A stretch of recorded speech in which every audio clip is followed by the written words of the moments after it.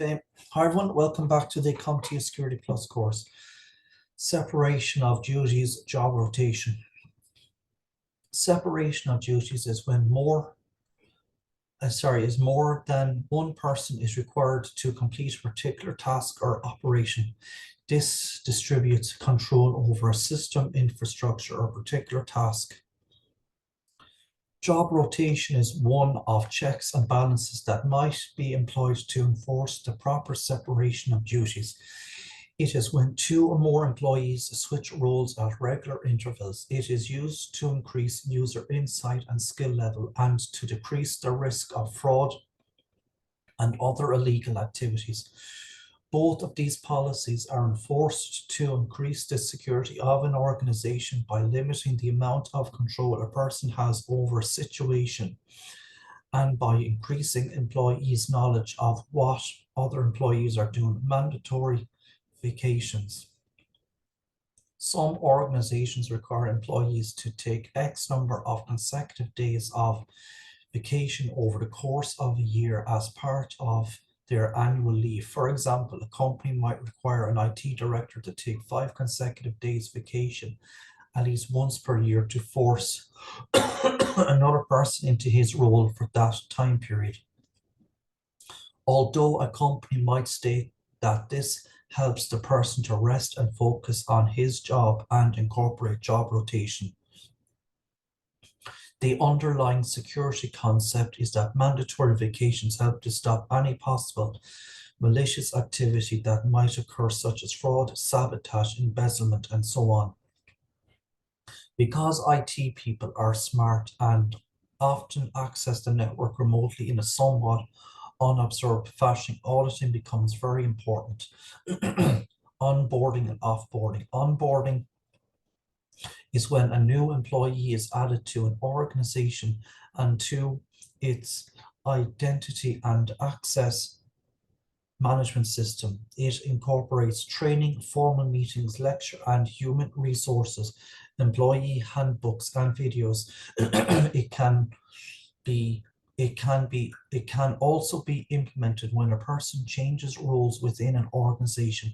It is known as a socialization technique used to ultimately provide better job performance and higher job satisfaction. Onboarding is associated with federated identity management discussed in Chapter 11. It is also sometimes connected to an employee's role in the company and therefore role-based access control, RBAC. Offboarding is the converse and correlates to procedurally removing an employee from a federated identity management system, restricting rights and permissions, and possibly debriefing the person or conducting an exit interview.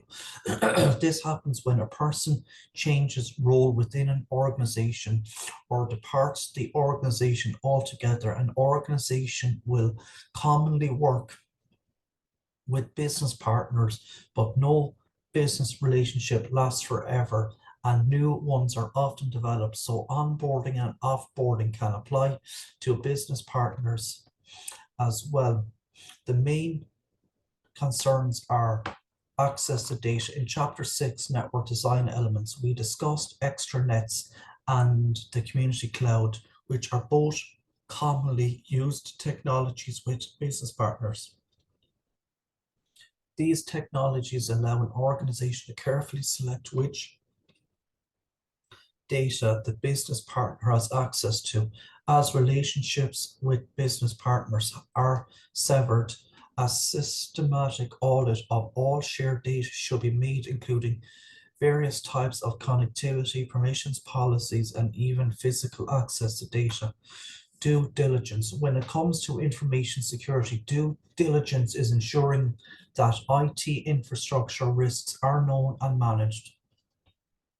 An organization needs to spend time assessing risks and vulnerabilities and might state in a policy how it will give due diligence to certain areas of its infrastructure. It can help to study the history of the company, particularly the failures, errors, and user issues that have been documented, essentially lessons learned. Due care. Due care is the mitigation action that an organization takes to defend against the risks that have been uncovered during due diligence. Due process. Due process is the principle that an organization must respect and safeguard the personnel's rights. This is to protect the employee from the state and from frivolous lawsuits. User education and awareness training. With so many possible organizational policies, employees need to be trained to at least get a basic understanding of them. Certain departments of an organization require more training than others. For example, human resource personnel need to understand many facets of the business and their corresponding policies, especially policies that affect personnel. HR people should be thoroughly trained in guidelines and enforcement. Sometimes the HR people train management and other employees on the various policies that those trainees are expected to enforce. In other cases, the trainer would be an executive assistant or outside consultant. Security awareness training is an ongoing process. Different organizations have varying types of security awareness training, and employees with different roles in the organization receive different types of training. This type of training is often coupled with the signing of a user agreement. The user, when signing this, accepts and acknowledges specific rules of conduct, rules of behavior, and the possibility of non-disclosure of any training known as a non-disclosure agreement or NDA. All employees should be trained on personally identifiable information, PII. This is information used to uniquely identify, contact, or locate a person. This type of information could be name, birthday, social security number, biometric information, and so on. Employees should know what identifies them to the organization and how to keep that information secret and safe from outsiders. Another key element of user education is the dissemination of the password policy. They should understand that passwords should be complex and know the complexity requirements. They should also understand never to give out their password or ask for another person's password to any resource. IT personnel should be trained on what to do in the case of account changes. For example, temporarily disabling the account of employees when they take a leave of absence, or disabling account or deleting it, less common, of an employee who has been terminated. All IT personnel should be fluent in the organization's password policy, lockout policy, and other user-related policy so that they can explain them to any other employees. Some users might need to take additional privacy training, HIP or HIPAA training, or other types of security awareness training, depending on the type of organization they work for. This user training might take the form of role-based training where the instructors and trainees act out the roles they might play,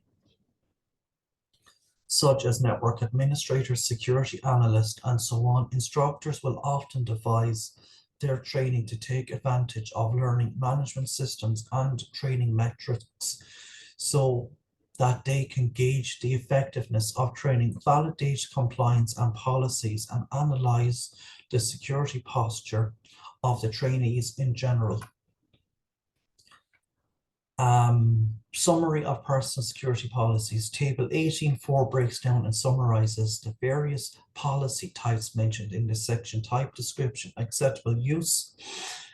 Policy that defines the rules that restrict how a computer network or other system may be used. Change management, a structured way of changing the state of a computer system, network, or IT procedure. Separation of duties, when More than one person is required to complete a task job rotation when a particular task is rotated among a group of employees. Mandatory vacations. When an organization requires employees to take X number of consecutive days vacation over the course of a year as part of their annual leave. Onboarding. When a new employee is added to an organization and to its identity and access management information, it is associated with user training. Federated identity management and RBAC offboarding correlates to removing an employee from a federated identity management system. Due diligence, ensuring that IT infrastructure risks are known and managed. Due care, the mitigation action that an organization takes to defend against the risk that have been uncovered during due diligence. Due process, the principle that an organization must respect and safeguard personnel's rights. How to deal with vendors. Before we begin, I should mention that the following information is not intended as legal advice. Before signing any contracts, an organization should strongly consider consulting with an attorney. An organization often has in-depth policies concerning vendors. I can tell all you how many times I've seen issues occur because of the level of agreement between the organization and the vendor was not clearly defined. A proper service level agreement, SLA, that is analyzed by the organization carefully before signing can be helpful. A basic service contract is usually not enough. A service contract with an SLA will have a section within it that formally and clearly defines exactly what a vendor is responsible for and what the organization is responsible for, a demarcation point, so to speak. It might also define performance expectations and what the vendor will do if a failure of service occurs, timeframes to repair, backup plans, and so on. To benefit the organization, this will usually be legally binding and not informal. Due to this, it would benefit the organization to scrutinize the SLA before signing, and an organization's attorney should be involved in that process. For instance, a company might use an ISP for its T3 connection. The customer will want to know what kind of fault-tolerant methods are on hand at the ISP and what kind of uptime they should expect, which should be monitored by a network admin. The SLA might have some sort of guarantee of measurable service that can be clearly defined, perhaps a minimum level of service and a target level of service. Before signing an SLA such as this, it is recommended that an attorney, the IT director, and other organizational management review the document carefully and make sure that it covers all the points required by the organization. On a separate note, a business partner agreement, BPA, is a type of contract that can establish the profits each partner will get, what responsibility each partner will have, and exit strategies for partners. Sometimes multiple government agencies will enter into a memorandum of understanding, MOU, or a letter of intent in regard to a BPA. It could be two agencies have a sort of convergence when it comes to ordering services. Another type of agreement is the Interconnection Security Agreement, ISA. It is an agreement that is established between two or more organizations that own and operate connected IT systems and data sets. Its purpose is to specifically document the technical and security requirements of the interconnection between the organizations. This type of agreement you need in this scenario because the data is sensitive and the CIO requires that there is a clear understanding of security controls to be implemented and agreed upon. As far as governing the security of data and systems, it is a more precise agreement than an SLA. The ISA differs from the SLA, BPA, and MOU in the following ways. An SLA is a contract between a service provider and a customer that specifies the nature of the service to be provided and the level of service that the provider will offer to the customer. It can be a very basic agreement, or it could also state the technical and performance parameters, but it'll probably not include any specific security controls. A BPA does not have any inherent security planning in the way an ISA does. An MOU is not an agreement at all, but an understanding between two organizations or government agencies. It does not specify any security controls either. However, a memorandum of agreement, MOA, will constitute a legal agreement between two parties wishing to work together on a project, but still will not detail any security controls. So I'm going to leave it here today for this video. If you like listening, please consider like, sharing, and subscribing. Thank you.